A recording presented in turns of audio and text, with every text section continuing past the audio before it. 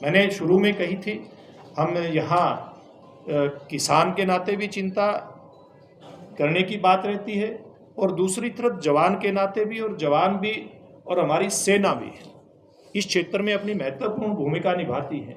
सेना का मनोबल किस प्रकार से बढ़े, इसके लिए न केवल हमारे सेना प्रमुखों को त्वरित कार्रवाई करने के लिए कहा गया, बल्कि वो जिस भी प्रकार की व्यवस्था के चलते कोई कार्रवाई करना चाहते हैं बॉर्डर के ऊपर, उस बात की स्वतंत्रता उनको दी गई।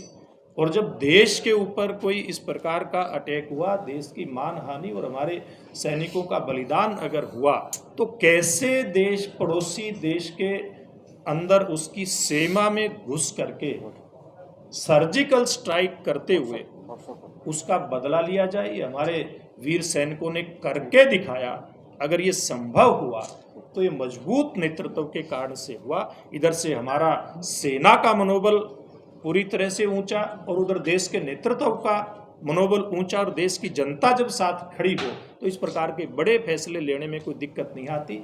ये देश के प्रधानमंत्री जी ने करके दिखाया। और दूसरा, जो सुरक्षा के उपकरण हैं, कितनी बड़ी संख्या में हम लोग आयात करते थे, कितनी ही विदेशी मुद्रा हमारी उसके अंदर जाया होती थी, उसके अंदर खर्च होती थी।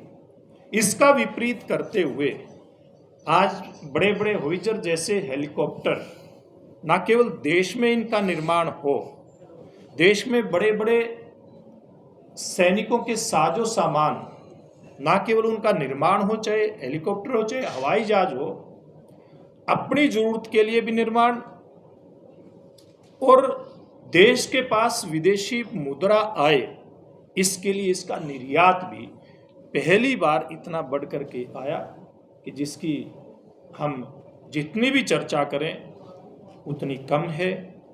ये जो देश का सैनिक का मान और मनोबल जो बढ़ा है, उसके कारण से भविष्य में मुझे लगता है कि कोई पड़ोसी देश पूर्व की भांति देश के साथ कोई जुर्रत करने की कोशिश नहीं करेगा।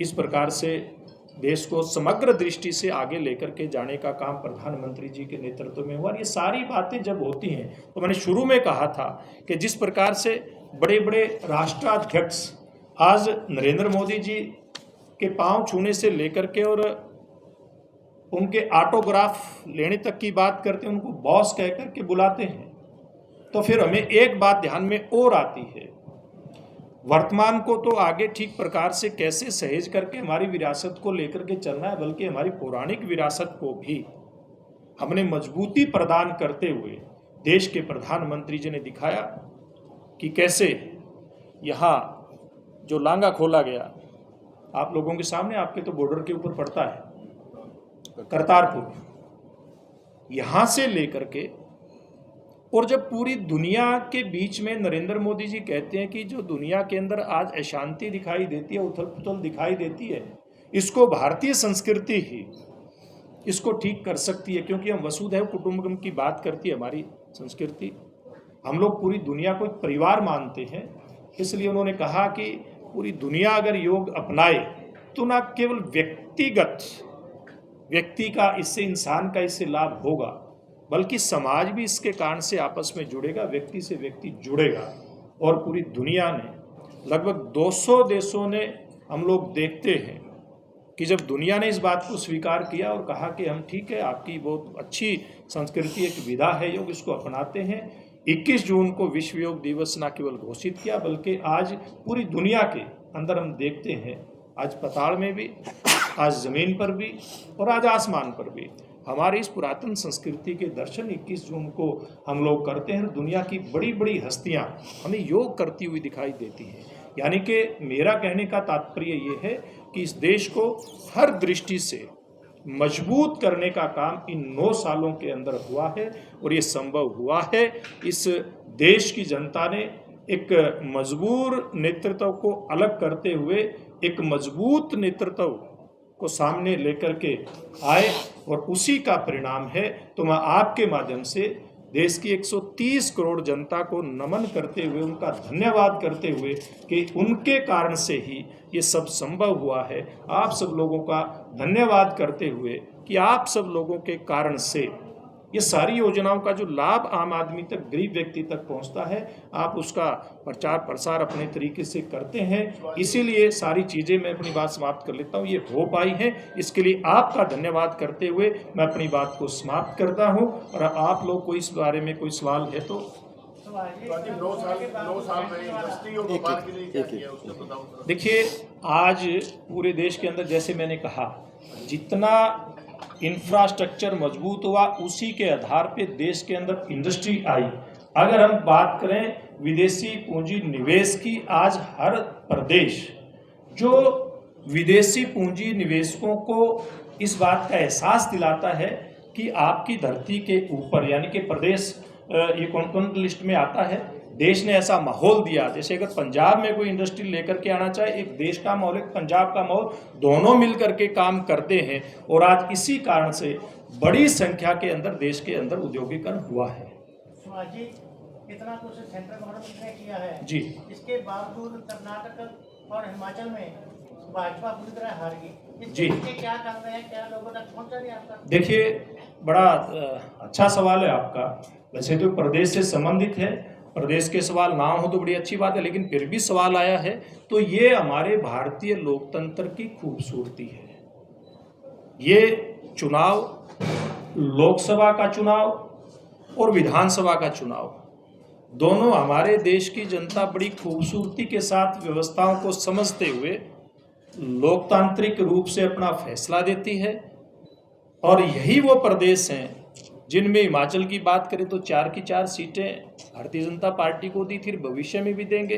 तो बहुत सारे चुनाव लोकल जो मुद्दे होते हैं उसके ऊपर लड़े जाते हैं। मैं आपने सवाल की, इसलिए मैं धन्यवाद करना चाहता हूं कि ये हमारे देश की जनता की और लोकतांत्रिक व्यवस्था की खूबसूरती का परिणाम है। और वही परिणाम अब दोबारा से लोकसभा के चुनाव में वहाँ की जनता दोहराने का काम करेगी।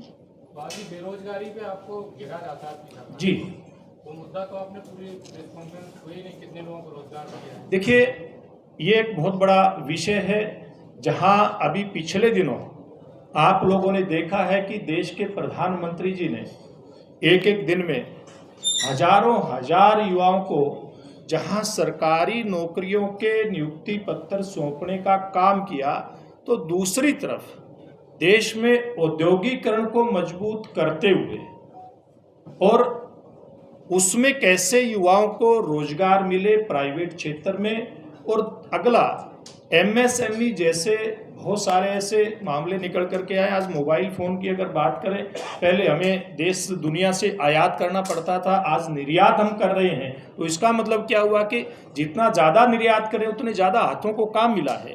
आज हम सैनिक साजो सामान, आज हम निर्यात करने की क्षमता देश के अंदर आई है, तो उसका निर्माण हमारे नौजवान ही कर रहे हैं। ये तो, और तीसरा हमारा जो नौजवान है, आज ये इंफ्रास्ट्रक्चर मजबूत होता है, हाईवे बनता है, उसके साथ कितने लोगों को स्वरोजगार के अवसर उपलब्ध होते हैं। ये रोजगार प्रत्यक्ष, अप्रत्यक्ष और प्राइवेट और सरकारी सब तरह के क्षेत्र में बढ़ा है। ये निश्चित रूप में इस दौर में हम कह सकते हैं। आपने भ्रष्टाचार की बात की जी, 2G स्कैम हुआ, कितने लोग पकड़ाए उसमें?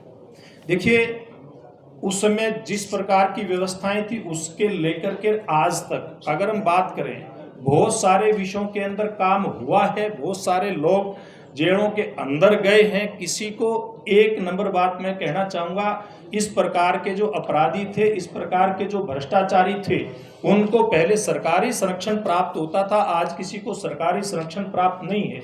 जिसके खिलाफ भी कहीं भी कोई सबूत पाया जाता है उसको अंदर किया जाता है। इसका उदाहरण आप 84 के दंगों के रूप में देख सकते हैं कि किस प्रकार से सालों साल से जिन्होंने कत्लेआम किया था, सिखों का, उस कौम का कत्लेआम किया था, जिसने हिंदुस्तान और हिंदुस्तानियत को और हिंदुत्व को बचाने में अपनी पीढ़ियां तक वार दी थी, उनकी विरासत का कत्लेआम हुआ, उनको कोई सजा नहीं दी गई थी। अगर पहली बार इतना बड़ा कदम उठाया तो देश के प्रधानमंत्री नरेंद्र मोदी जी के नेतृत्व में जो वातावरण हुआ उसके चलते इस प्रकार के लोगों को सजाएं हो रही हैं। ठीक है जी, धन्यवाद। अगला प्रोग्राम है जी रवि जी। सर ये कि आपकी बड़ी अच्छी लंबी स्मृति, बड़ा इंप्रेसिव स्मृति है सर, 9 साल की स्मृति।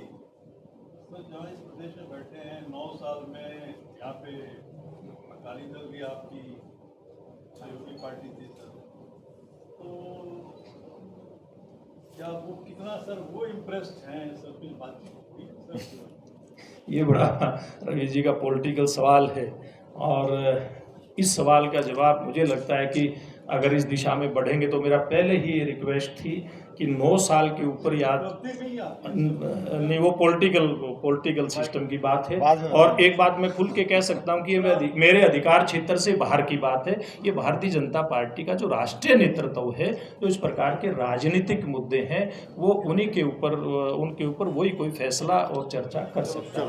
बहुत नहीं, अब हो गया एक इधर इनका आपका हो गया, दो हो गए। You said 48 crore accounts, 48 crore जो अकाउंट खुले हैं, जी। उसमें से एक्चुअली एक्टिव कितने हैं, कितने यूज हो रहे हैं, सारे पिछले 3 महीनों में कितने डिपॉजिट, जितने अकाउंट्स में डिपॉजिट आए हैं? जी।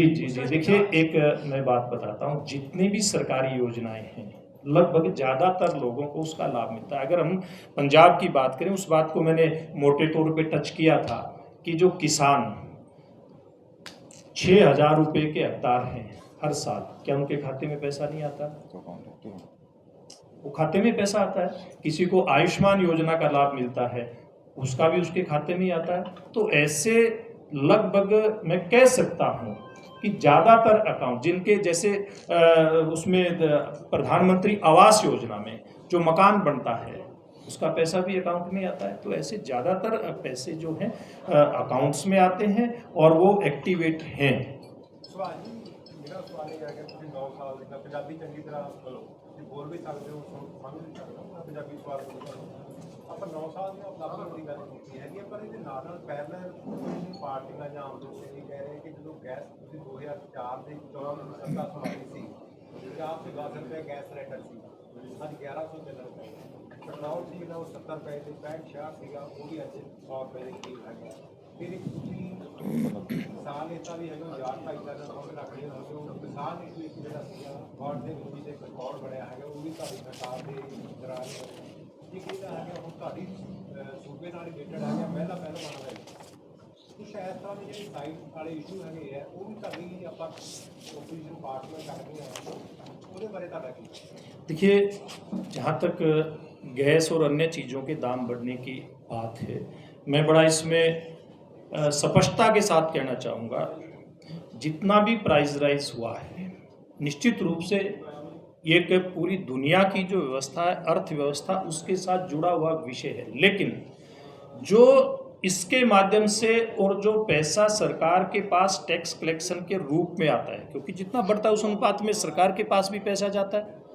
इस सरकार ने बिना किसी कारण के चीज़ों के रेट ना बढ़े, उनके रेट को कैसे संतुलित किया जाए, इसका प्रयास जहां एक तरफ हुआ है, दूसरी तरफ सरकार का जो खजाना है उसमें भ्रष्टाचार को मिनिमाइज करते हुए, उसको रोकते हुए कैसे आम जन के मन के अंदर ये विश्वास पैदा हो कि सरकारी जो खजाना है उसका दुरुपयोग नहीं होगा, उसका सदुपयोग होगा। चाहे वो 80 करोड़ लोगों को घर बैठे इतनी बड़ी महामारी में, चाहे वो उनको अन्न देने की बात हो, चाहे उनको फ्री में वैक्सीनेशन देने की बात हो, या फिर बहुत सारे से हमारे परिवार जिनकी, हमारी माताएं बहनें सालों साल से चूल्हे के ऊपर खाना बनाती थी, उनको फ्री में गैस का सिलेंडर देने की बात हो, ये सारे विषय उसके अंदर निकल कर के आते हैं। और जहाँ तक दिल्ली की आपने बात की है, निश्चित रूप से आज मैं खबर देखता आ रहा था, उसके ऊपर जो पुलिस की कार्रवाई जो है वो ठीक दिशा में आज लग रहा है कि आगे बढ़ती हुई दिखाई देती है। बाकी ये कोर्ट का विषय है, सुरक्षा का विषय है, जिस भी प्रकार से होगा इसमें भारतीय जनता पार्टी की सरकार कैसे सबको न्याय मिले और खास करके बेटियों को न्याय मिले, इस बात के लिए प्रतिबद्ध है। बहुत बहुत धन्यवाद। बहुत धन्यवाद। चाय पी के जानी है सबने।